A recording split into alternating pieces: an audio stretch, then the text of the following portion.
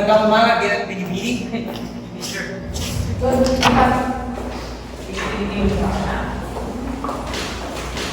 May tayo sa buko.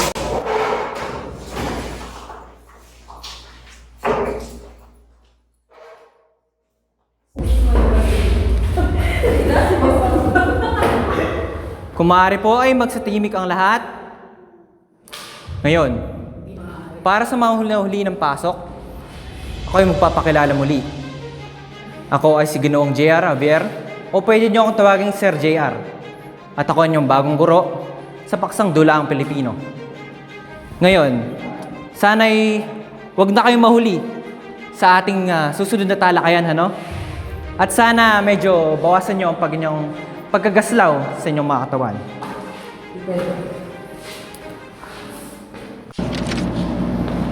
Ngayon, nais ko munang malaman ang mga pangalan ng mga bagong dating. Ano yun, Ginoong? Chicken. Hershey Mariser. Jane. Hi, I'm Chloe.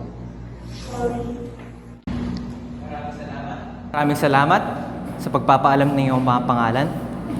Nakapagtaka nga lamang na wala kayong mga apelido.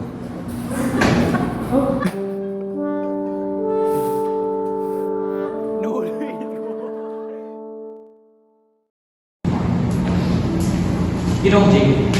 Nais ko akong magbigay ka ng sasamat. Sagap na lang. Mali sa Ginoong Jane. Nais ko akong magbigay sa at gusto ko sagutin mo ito.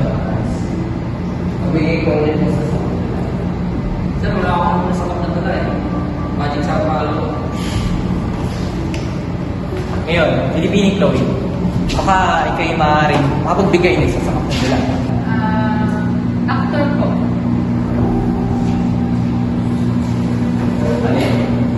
Binibining Hershey ba? Oh. Ayan mo, pati mo kumano na kaninang takas. Sige. Nakuha mo, sir. Tama!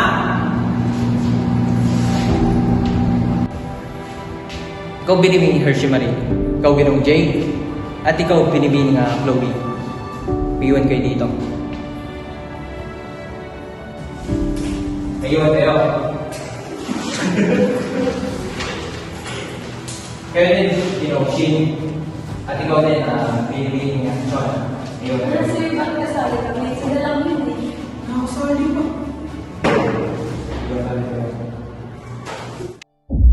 Nais ko lamang itanong, ano ang tingin niyo sa akin? Sir, ano ba namang klaseng tanong yan? Tao malamang. Ginoong Jay, ako ay isang bro. Personal at esensyalong bro. Isa ako sa mga nakakasa sa inyo. Sa loob ng paaralan, ako ay may pagkakas sa inyo.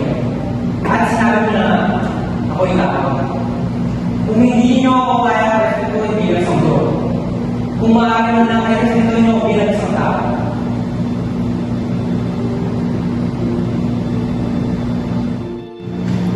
Okay po, sir. Yun naman sabi ni sir. Mauna na po kami. Tara.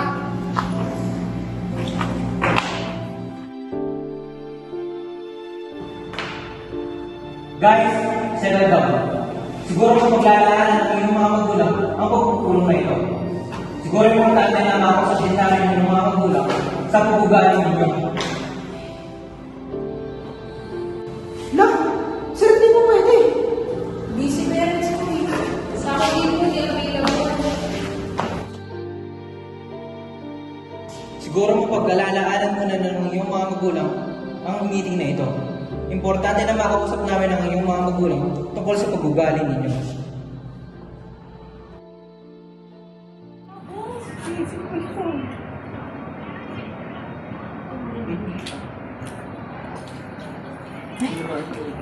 Walang sumagot? Kaya birit siya eh. Yung mom and dad mo ba? Ito nga wala pa ring reply. Baka pwede namang hindi lahat umaten. Kaya nga Ayan, nag-reply na. Sorry, we still have to close this deal. Maybe next time. Ay, tatanong ko pa naman kung pwedeng si tita na lang yung umatid sa akin. Hindi makaka-attend yung mga magulang niya. No, parehong busy yung sa'yo ba? Hindi nga din eh. Pero dapat si tita yung pa-attending ko din. Pero, himala akong pumunta si tita kasi walang babantay sa bahay. Kila Shin at Chloe kaya? Right, bakit pa ba ako nagtanong?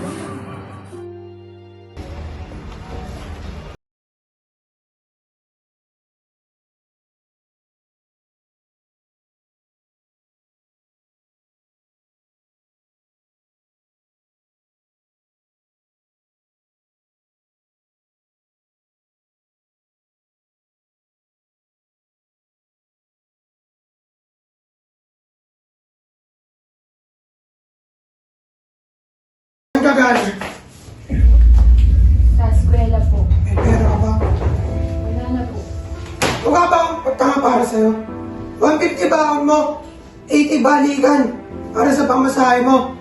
Asan yung sukli? Wala na po talaga. Pinangmerienda ko po. Kutsa naman. Pinangmerienda mo? Hindi mo ba naisip yung tatay mo? Wala pang kain dito. Pasensya na po. Asan? May pera ka pa?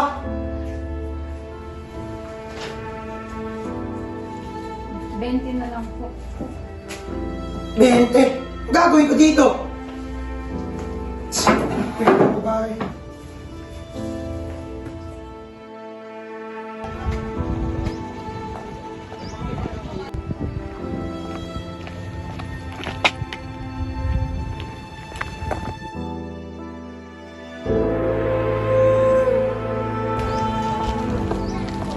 Bakit ngayon ka lang? Hindi ko naman po madilim.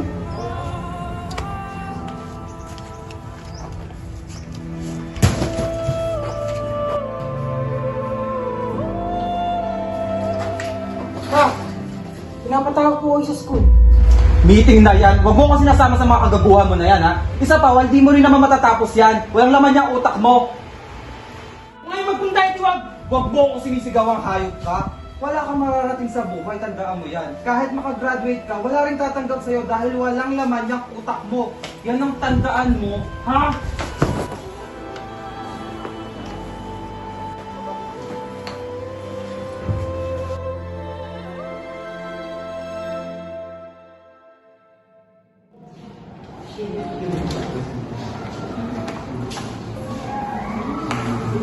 Pre, ano sabi tatay mo?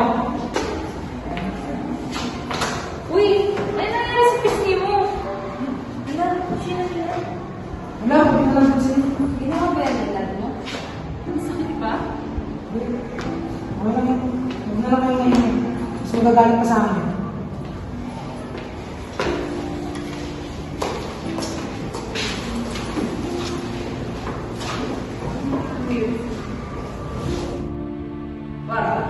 Gusto mo magsumbong tayo? Hindi na pre, okay lang yun. Huwag na. Ayos lang. Okay lang ako. Pre, mukhang hindi okay yung mukha mo. Hindi, mas magagalit pa sa akin sa tatay.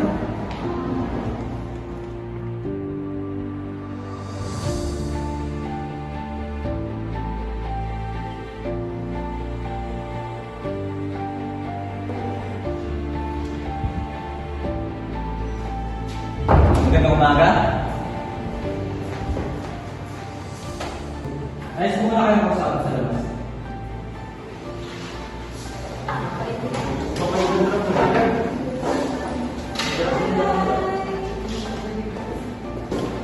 Mga anak, wait muna kayo. Alam mo kung saan kayo mag-usapan nila? Baka na-drop mo na. Survey na yun. Kaya ako.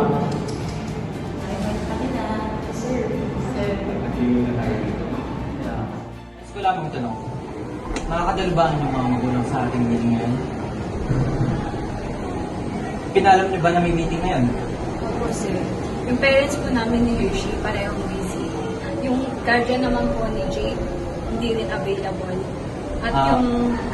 yung kay Chloe at Shin, hindi rin po available. Okay.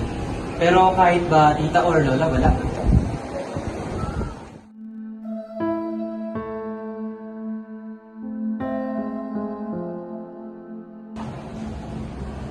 Anak, Ano to? Yung nasabi sa'yo? Ano po?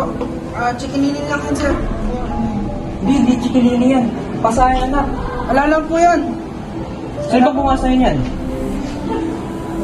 Wala po. Wala po. Sabi ka na totoo, anak. Anak, magsabi ka na totoo sa akin, ha? Magulang mo ba yung gumawa na sa yan? Sir, wala naman po magagawa eh. Kahit na-report na yung papa niyo dati, pero wala naman nangyari. Alam mo ba nangyayari to? Since senior high school po kayo, kasama na po kami. Maliban po kay Jane. Kaya po alam po namin ang bawat sitwasyon ng bawat isa.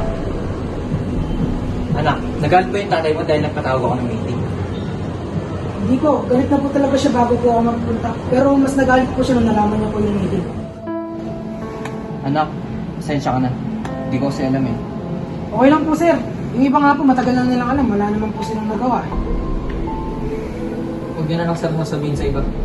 Dahil pag nalaman ng tatay nung nagsumbong si Shane, mas lalo pang magagalit siya.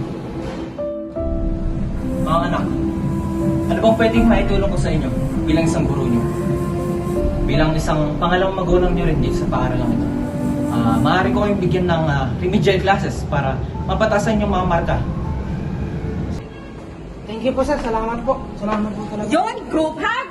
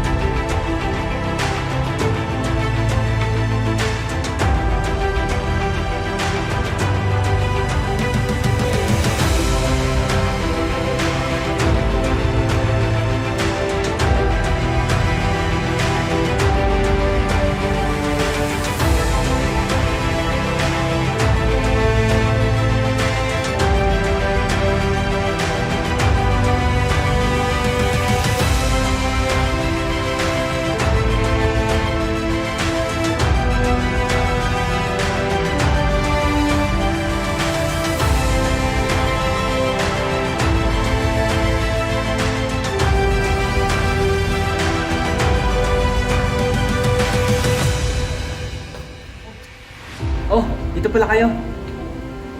Masama po bang bisitahin namin ang aming alma mater at ang napakagwapong pro? Sir, ayaw niyo po ba kaming makita? Si Sir, hindi man lang kami na-miss. Hindi lang sa ganun. Nagkiyala ko dahil nandito ako sa school eh. Sir, kahit na we have jobs na, we'll still visit you from time to time. Indeed, Sir, we reach our goals because of you. At syempre, ikaw lang ang maniwala na kaya namin. Di lang naman ako yun. Tinulungan niya din sa sarili niya. To be honest, sir, wala po talaga kaming balak na tulungan yung sarili namin. Kaya lang po, nakita po namin kayo eh. Kayo lang po yung naniniwala sa amin, sir.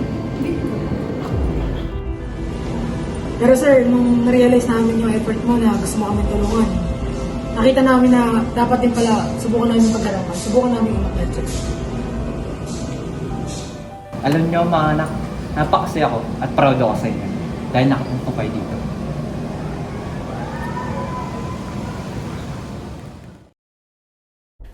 At dito na po nagtatapos ang kwento naming magkakaibigan nang dahil sa pag-agapay ng aming mahal na guro, kami ay nakatapos at natupad ang aming mga pangarap.